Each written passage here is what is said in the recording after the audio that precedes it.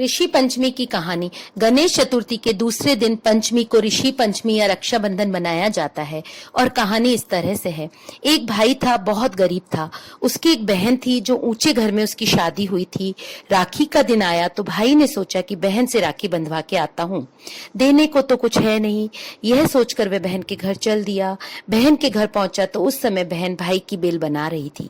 बोली नहीं, क्योंकि बोलती तो बेल टूट जाती और भाई का कुछ बुरा हो जाता।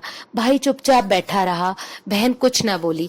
जैसे ही बहन की बेल पूरी हुई, उसने भाई से बातचीत की।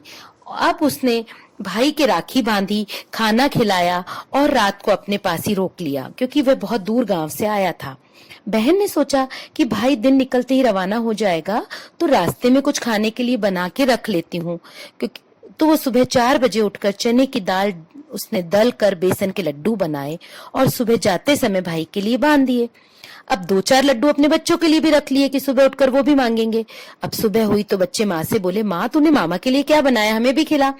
तो माँ ने लड्डू तोड़कर बच्चों में बांटने लगी। अब जैसे ही लड्डू तोड़ा तो उसमें सांप की पूंछ निकली। बहन तो घबरा गई कि मैंने अंधेरे में भाई के लड्डू में सांप पीस दिया और मेरा भाई खाएगा तो मर जाएगा। यह सोच के चिल्लाती जाए, भाई रोक रोक। भाई चलते चलते थक गया था तो एक पेड़ के नीचे बैठ गया था, सुस्ता रहा था। पोटली पास में रखी थी। एकदम उसे अपनी बहन की आवाज आई कि भाई रुक जा। तो वह मन में सोचने लगा कि मैं गरीब हूँ, वहां से कुछ चोरी करके तो नहीं आया, फिर भी बहन मेरे पीछे पीछे आ गई। खैर वह बहन से बोला, बहन मैं इधर हूँ, तेरा कुछ भी नहीं लाया हूँ, बस ये 4 लड्डू है मेरे पास, मैंने अभी तक नहीं खाया ये लड्डू। यह सुनकर देख बहन ने झटपट लड्डू की पोटली लेकर पास ही गड्ढा खोदकर उसमें गाड़ दी और भाई को सारी बात बताई। यह सुनकर भाई बहन को थोड़ी तसल्ली आई। खैर अब बहन भाई से बोली कि भाई मैं भागी भागी आई हूँ, मुझे बहुत प्यास लग रही है, मेरे लिए पास के कुएं से तू पानी ला दे। अब भाई पानी लेने कुएं पे गया। इधर पास में बेमाता भाग्य लिखकर ढकनी घड़ रही थी। सो कह रही थी कि फला फला लड़के की शादी इस दिन होगी और उस दिन सुहाग रात को ही सांप के डसने से उसकी मृत्यु हो जाएगी। अब बहन ने जब सुना देखा तो वो तो उसके भाई के लिए ही कह रही है। सो उसने जल्दी से बेमाता से पूछा कि किस तरह से उसकी मौत टल सकती है, मुझे बताओ कैसे होगा। बेमाता बोली, यदि घर की औरत उसे गालियां देती जाए और सारे काम काज जो वह पहले अपने ऊपर करवा ले तो यह विपदा टल जाएगी। अब बहन तो भाई के आने पर पानी पीने के बाद उसे गालियां बकती जाए। भाई दुखी हुआ, सोचने लगा कि मैंने तो बहन को पानी पिलाया, इसे क्या हो गया है, कहीं इसको कुछ ऊपर का तो नहीं हो गया है। अब घर गए, खाना खाने के पहले वो बोली, साले भाई नहीं, मैं पहले खाना खाऊंगी। इस तरह हर काम भाई से पहले करे। माँ बाप भी दुखी हो गए, अच्छी भली बेटी को हो क्या गया है। खैर भाई की सगाई करी तो बहन बोली, इस बदमाश की नहीं, पहले मेरी करो। शादी की तैयारियां करने लगे तो भी इस कर्म फूटे के नहीं, पहले मेरे लिए लाओ। इस तरह सारे काम पहले अपने लिए करवा लिए। और जब भाई तोरन मारने गया तो बोली, पहले मैं मारूंगी। अब जैसे ही वह मारने लगी, मोड़ गिरा। सबने कहा कि आज देखो इस पागल बहन के कारण ही भाई बच गया, वरना मोड़ उस पे गिर जाता। इसीलिए ही तोरन पर बहन के रूप में 7 चिड़िया बिठाते हैं जो भाई की रक्षा करती है। खैर शादी हुई, चौपड़ पासे भी पहले बहन ने ही खोले। सुहागरात हुई तो बहन ने कहा, इन्हें ऊपर के कमरे में सुलाना, नीचे के कमरे में नहीं। सबने उसे पागल समझकर कहा, चलो इन्हें ऊपर के कमरे में सुला देते हैं। अब रात हुई तो बहन ने चुपचाप देखा कि भाई की काल रात्रि आई है।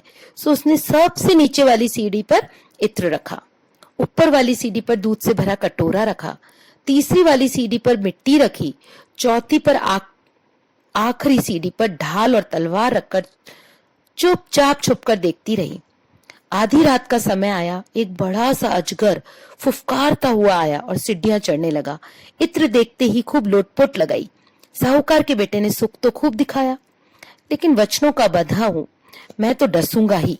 यह सोचकर आगे बढ़ा तो दूध से भरा कटोरा मिला। अब उसने खूब दूध पिया, खूब खुश हुआ। आगे बढ़ा तो बालू मिट्टी मिली, खूब लोटपोट लगाई। पेट भी भरा हुआ था, बालू मिट्टी थी तो नींद भी आ गई। अब नींद आते ही बहन ने तलवार से मारकर ढाल से ढक दिया, फिर निश्चिंत होकर सो गई। अब भाई का बैरी तो मर गया और बला का समय भी टल गया। सुबह हुई तो घर के सब लोग जाग गए, लेकिन बहन नहीं उठी। किसी ने कहा, सोने दो वरना जाग जाएगी तो सबको परेशान करेगी। फिर देखा कि बेटे बहू नहीं उठे।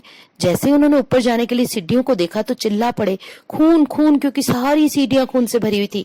इतने में बहन उठी और बोली कि घबराने की बात नहीं है, अपना बैरी मरा है, सो नौकर से सीढ़ियां साफ करवाओ, तब भाई भौजाई नीचे उतर कर आएंगे। फिर सारी सीढ़ियां साफ करवाई गई। तब बहन ने सबको बताया कि मैं न तो पागल थी न गैली थी, इस तरह की बात थी, सो मैं भाई की बला टालने के लिए और बैरी को मारने के लिए ऐसा कर रही थी। अब बहुत दिन हो गए, सो मैं अपने घर को जाऊंगी और अपने पति और बच्चों की सुध लेऊंगी, जिन्हें ऐसे ही छोड़कर आ गई थी। इसलिए हे बेमाता, हे भाग्य की देवी, जैसे उसके भाई की रक्षा की वैसी सबकी करना।